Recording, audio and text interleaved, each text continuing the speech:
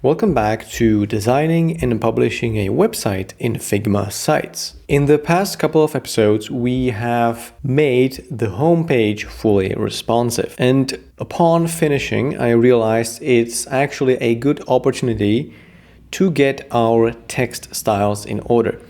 So if you remember a couple of episodes back when I started converting the Figma design to Figma Sites, we have actually detached most of the text styles from those designs. But at the same time, as you can see, we do have text styles defined on the right side here. So we need to relink them and then also make sure they work well on mobile sizes.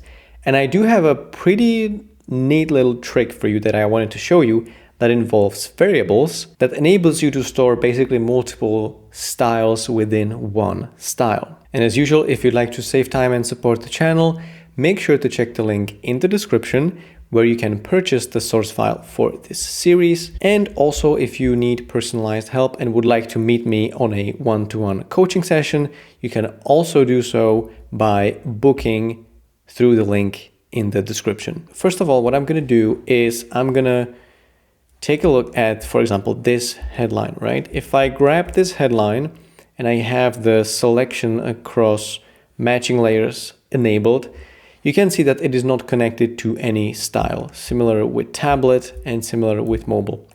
So what I'm going to do first, I'm just going to start by selecting this headline and then going to typography and clicking apply styles and then H1. Okay. So now this text object is linked to the H1 style that we have defined here. We can now increase or decrease, for example, the line height or font size. And you can see that it did so across desktop, tablet, and mobile. Okay.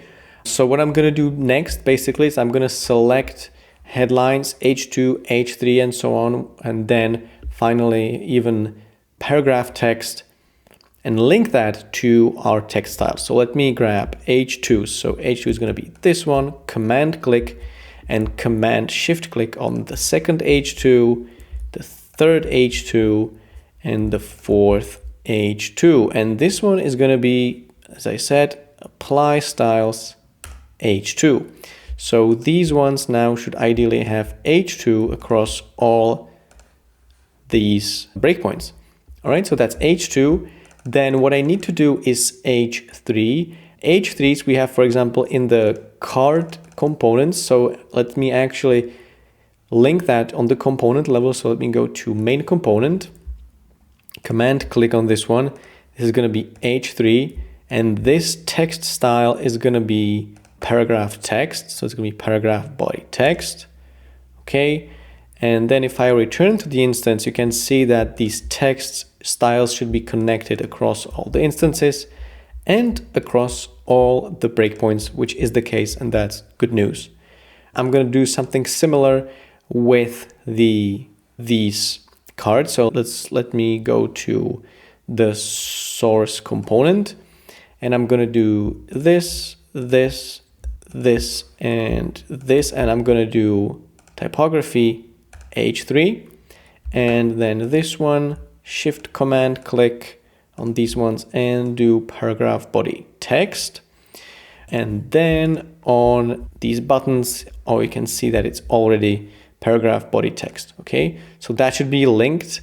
And then likewise on the actual testimonial card. So that's why you do components, right? If you then need to make a global change, you simply do that change on a component level. So I'm going to grab one of these cards and then go to the source component and I am going to click on this one and I'm going to do paragraph body text and do command I. This is going to apply the italics and then I'm going to go here and do H3, maybe H4 even, H4, and this is going to be again paragraph text bold.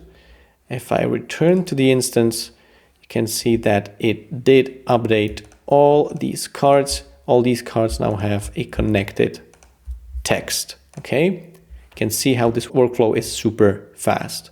And you can also see that it didn't apply the italics. So what I'm gonna do is I'm gonna select the container of quotes, then press enter, tab, and then press enter again. And you can see that I have all these cards selected. And then I'm gonna press enter again and tab. And then with all these texts selected, I'm gonna do Command I. Okay, so it's very useful to learn these shortcuts because you can see how fast it actually is to then make any edits. I just changed the text style to italics on all these objects, and you can see that it took just a few seconds. Let's continue with the CTA, with the responsive CTA. I'm going to go to the source component, and this style, I think this style is actually not a headline. You can see that the font size is 40, so that's like a custom size. I'm going to keep it that way for now. But this is definitely body text, so let me change that to paragraph body text. Similar to this button text on the CTA, also paragraph body text. Or maybe, wait a second, maybe paragraph text bold. And then I'm gonna you probably need to rewrite this to be all caps. So let's do download in all caps. Okay, a bit different, but doesn't matter. For the sake of consistency, this is worth it. This little text here, that's going to be the tagline. So let me just reattach that style. And let's continue with this section.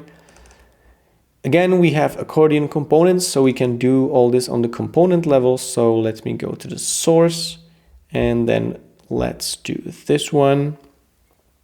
This headline, that's going to be H3, I think. This headline is also H3, and this is a paragraph text. And also the text inside this accordion, it's not visible, but still, for the sake of consistency, let's do paragraph text.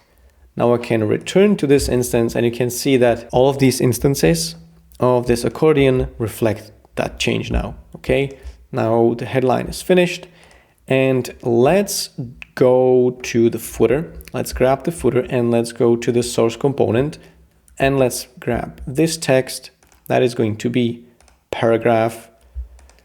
And all these are also going to be paragraph text. So what I'm going to do is, again, I'm going to select the footer. Then I'm going to press enter, enter again, tab, tab, tab.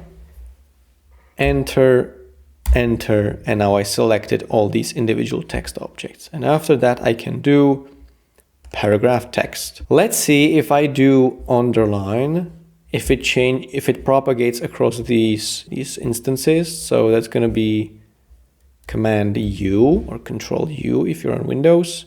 And it did. That's good news. And with that, I believe we are done with linking the text styles, right? So all the text styles are now linked. Maybe if we focus on, okay, we also need to do the header. So let's do the header. Let me again select all these three variants, and let's do enter, enter, tab, tab, enter, enter. And all these texts that we have selected, let's go for paragraph text, body text. Did that break anything? It seems like the only thing that broke was this overlay here. It got moved slightly to the left. So let me actually just fix that real quick. I'm gonna grab this and this, or actually, let me just grab these and use my arrows to move this. Similar to here, arrows, hopefully this is gonna work. And on mobile, I'm gonna just hand pick these, okay? I'm just gonna do Command and Shift and select these, okay? Again, Command and Shift clicking and do paragraph text, okay? Perfect, I think we need to add 2 pixels to the height of this button. Let's do that. But otherwise, I think this looks good. I think this looks okay. Maybe let's reduce the spacing between these elements to 8. What do we think about that? 8. Hopefully this didn't break anything. Okay, so let's see the preview. All the text objects have now linked text styles, so that's good. And you can see that there is a small detail that you might have missed, but when actually collapsing this, we do have these text objects in this hidden state, and there are text objects also in all these hidden menu items. And I'm gonna also link all of them to proper text styles. Okay, so it's gonna be menu item. I'm gonna command and click and expand all these layers, and just gonna make sure that all the text objects are selected. Menu item, and it's gonna be paragraph text. Okay. Now we should be able to not get any weird behavior. All right, I think this is good enough. Okay. All right, and now that all the text objects have the styles linked, let me show you the trick that I was talking about. Previously, if you wanted to do, for example, H1 for mobile, you would duplicate the text style, call that H1 mobile, and then change the size to, let's say, 40, okay? And you can see that that's definitely doable. That's definitely one option. But what you can also do is basically go ahead and open variables.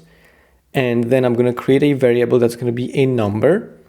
And this is going to be font sizes /H1, right? H1, okay.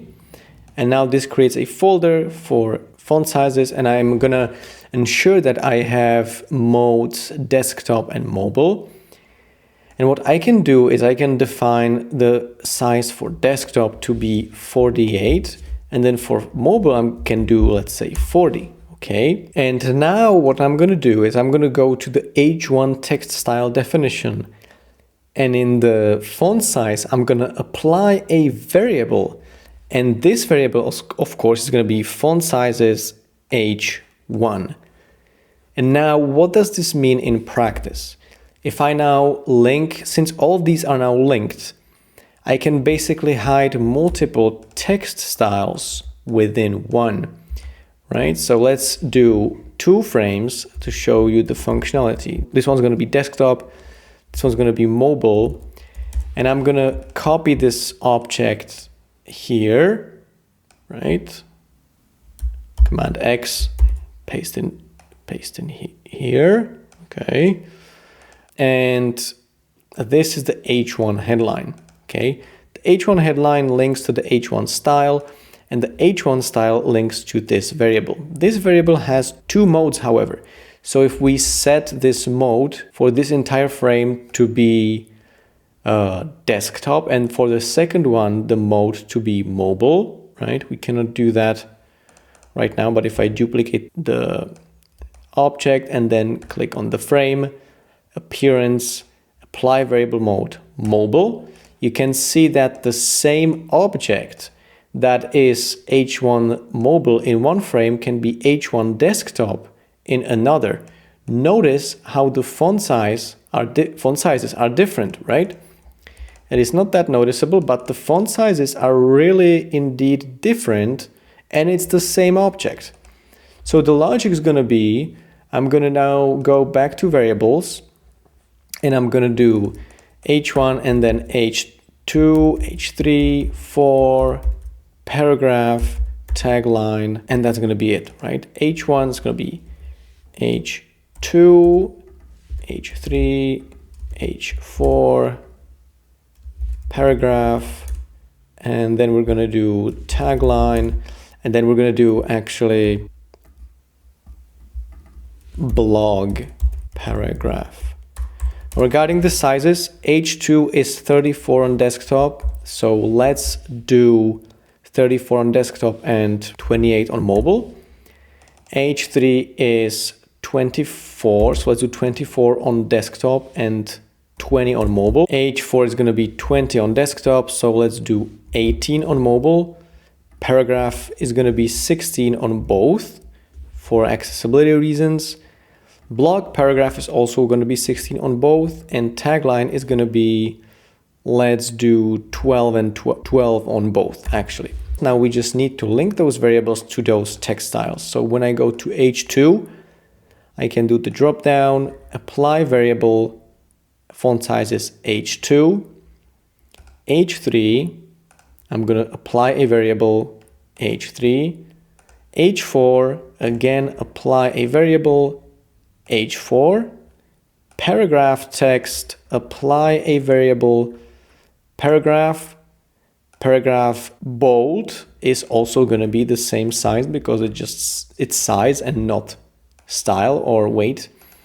Tagline, that's going to be also tagline, right? And then blog body text is going to be blog paragraph, and blog body text bold is going to be also blog paragraph. Okay, nothing changed, right? But watch this. I'm going to grab this breakpoint. I'm going to go to appearance, apply variable mode, and then I'm going to do mobile. And it changed all the font sizes instantly. Okay, I'm going to do the same for mobile. Apply variable mode, desktop, and mobile. Okay, so we changed those sizes instantly. Now, keep in mind that these are the same text styles, okay? This is H2, this is H2, and this is H2 as well. What we just did is basically we made the font styles change based on the breakpoint, okay? We're not using any additional text styles. We just have one unifying text style, and then we connected a variable to the font size that keeps changing based on context. So if I were to create H1 text here, it's automatically going to create an H1 text here, but it's going to change it to the mobile size automatically. So this speeds up stuff really a lot, and it's then easier to maintain essentially. If we, for example, we can now decide that H1 is going to be 50 on mobile. I can see that I can now affect by changing the variable. Of course, I'm not going to do that, but by changing the variable, I can now change basically the font style definition. So that's pretty cool. I really like this trick, especially with more complex design systems. You definitely need to keep using variables to basically maintain scalability and make maintenance easier. Not that this is especially needed for our use case, but I just wanted to show you how much more efficient you can potentially be using variables, even with simpler projects. All right. So I hope you found this video useful. I hope you learned something new. If you did, I would appreciate you leaving a like. Check the link in the description for both the source file for all of this and one-on-one coaching sessions. Thanks for tuning in, guys, and I will see you in the next episode of designing and publishing a website in Figma Sites.